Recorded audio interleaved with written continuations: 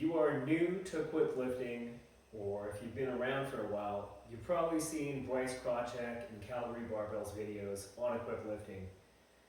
This is not that. They have really high production quality. Dylan and Bryce do a great job. This is going to be me in front of a whiteboard.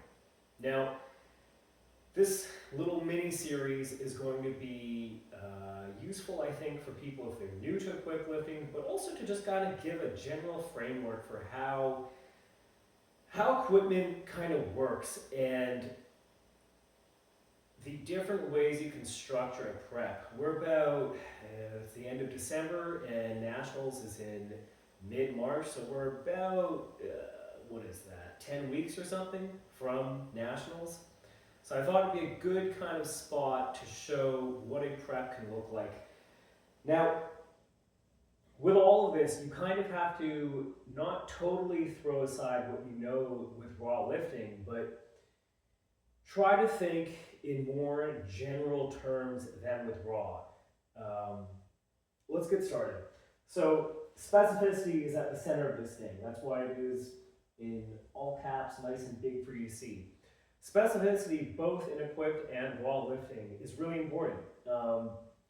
In an ideal world, we would all train our raw lifting like Agatha, where you're doing SBD 6 days a week. That'd be awesome.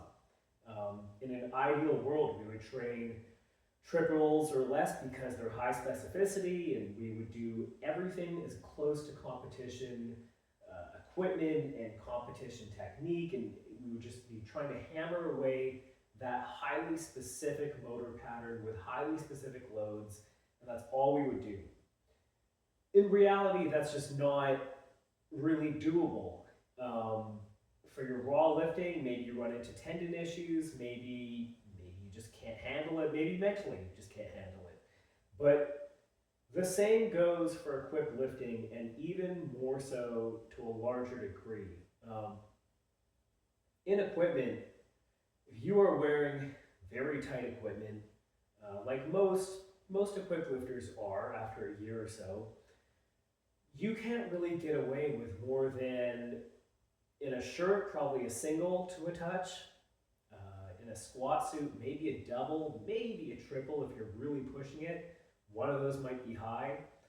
In a deadlift suit, you can probably get away with a triple, but generally you're looking at very low reps with a very high CNS cost or neural cost or fatigue cost, however you want to frame it.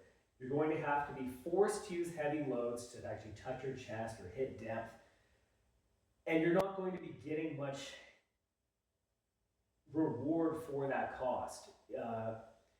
Yes, you will be training the highly specific technique, and that technique is only going to really be able to be expressed in that very tight equipment. In a tight bench shirt, all of a sudden you can't keep your elbows flared, and you do need to tuck your elbows, and you do need to touch lower. That's going to be a different technique than using a slingshot. In a tight squat suit, in tight wraps, you might get a little bit folded in the hole, and if the suit and wraps are tight enough, you might actually just spring out of there and be fine and be able to power through it. There are nuances to how your equipped technique is based on how tight the gear is. So specificity remains super important. In an ideal world, we would just do super tight equipped lifting, but it's just not realistic. In addition to that, in addition to the fatigue cost, you also have to think of the axial fatigue cost. So even if you're doing something that's lower specificity, that does let you do reps. Maybe you're doing wrap work for sets of 5, 6s, 7s, 8s, if you're crazy. You can do reps in wraps. You can do reps in a loose shirt. You can do reps on a chain deadlift if you want. However, with all of those, there's going to be a larger fatigue cost than there would be in raw lifting. The wraps are going to help your legs, but they're not going to do anything for your spinal erectors. In a loose shirt or a slingshot, they're not going to really help your elbows or your wrists or your hands. So your deadlift is probably going to be more dialed back. You're going to need to take it a little bit easy. Your back's going to be taking a hit. this gets to my next point about accessories. Now, in raw lifting, people kind of joke about skipping their accessories and this and that, and I know it's less of a big deal than it was, you know, back in my day. Accessories are very important. If you are doing, let's say you're 6 to 8 weeks out from your meet and you're using moderately tight gear, you probably won't be able to do more than 10 reps that session, maybe 15 reps. Now you've done 15 reps, let's say in a squat suit and wraps, full gear, but did you really get that much of a muscular stimulus out of it? And I would argue no, not really. And can you train a raw squat on another day? Yeah, you could. Can you do raw squatting on the same day? Probably not. So, and the fatigue, when you go to do your other day of raw squatting, that fatigue is still going to be present. So the accessories end up having to be significantly lighter than what you would do in a raw prep. And maybe in a raw prep, as you're getting closer to the meet, you're going heavier and heavier with your accessories to match that. But the fatigue cost of using tight equipment, it just keeps going up, and you can't keep the accessories with that. If anything, your accessories need to stay stagnant in their intensity or actually get lighter as you get closer to the meet, and more so focus on just a pump, to put it simply. That's how I see it. I don't see how you can be doing very tight squatting, very tight shirted pressing, and then try and also be pushing your accessories hard with intensity, with load. And instead, I think, instead of doing stiff-legged deadlifts or conventional deadlifts as an accessory, you might have to do, some tempo RDLs or some sort of machine work. So that clears up accessories. Technique.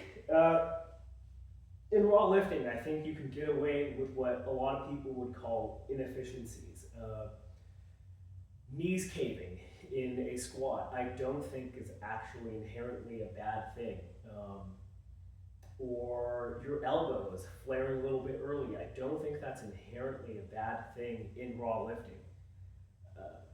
In equipment though, let's say your knees come in and your hips rise, the classic chest fall pattern.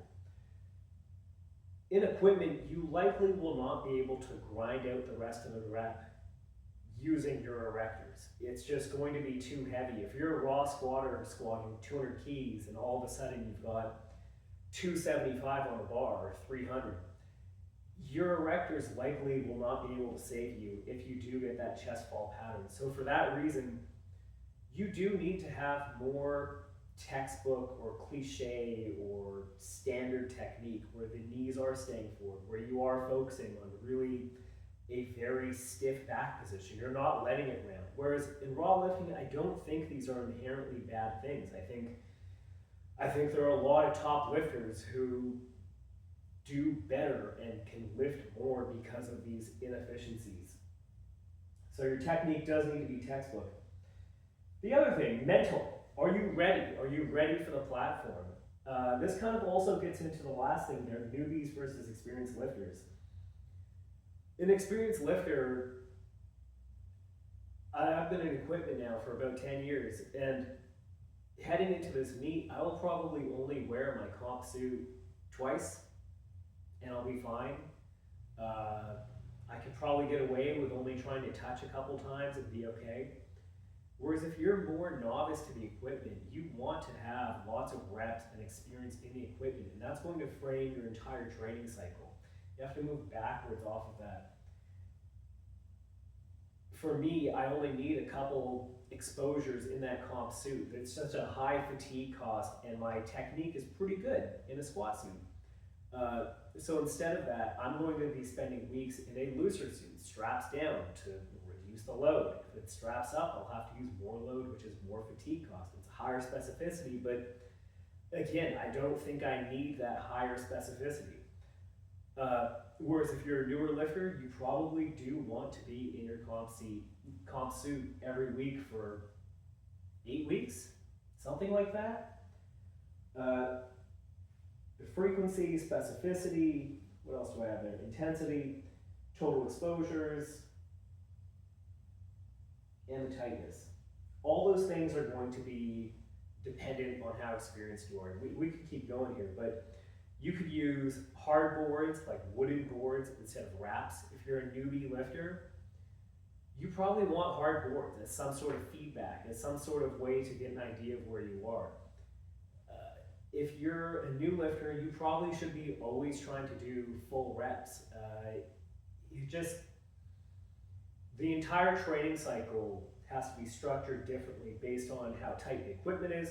That'll give you your fatigue, as well as you'll end up choosing your accessories, where your technique is at. If your technique is usually a very flared bench press, it's going to take you a while to get an idea as to how to press in a shirt, which means ideally you'd be in a shirt every week. Maybe you'll even be in a shirt twice a week, a looser shirt on another day. So this was sort of the background or base that the rest of this series will be based off of, is that I wanted people to understand that specificity is the key to all of this, but how realistic is it to actually train with specificity when your gear is tight? How realistic is it to train with specificity if your carryover is huge? If you're a 200 kilo squatter and you're squatting 300 keys, there's a huge fatigue cost to that. There's a huge mental cost to that. And after you do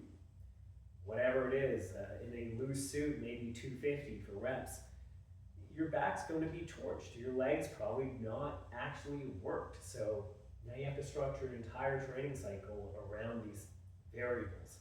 So hopefully that gives an idea as to where my head's at and how I want to structure this little series here. And then as we go into the next part, you'll see what did the actual block of training look like, why were those exercises selected, why those rep schemes, and then we can just keep continuing on.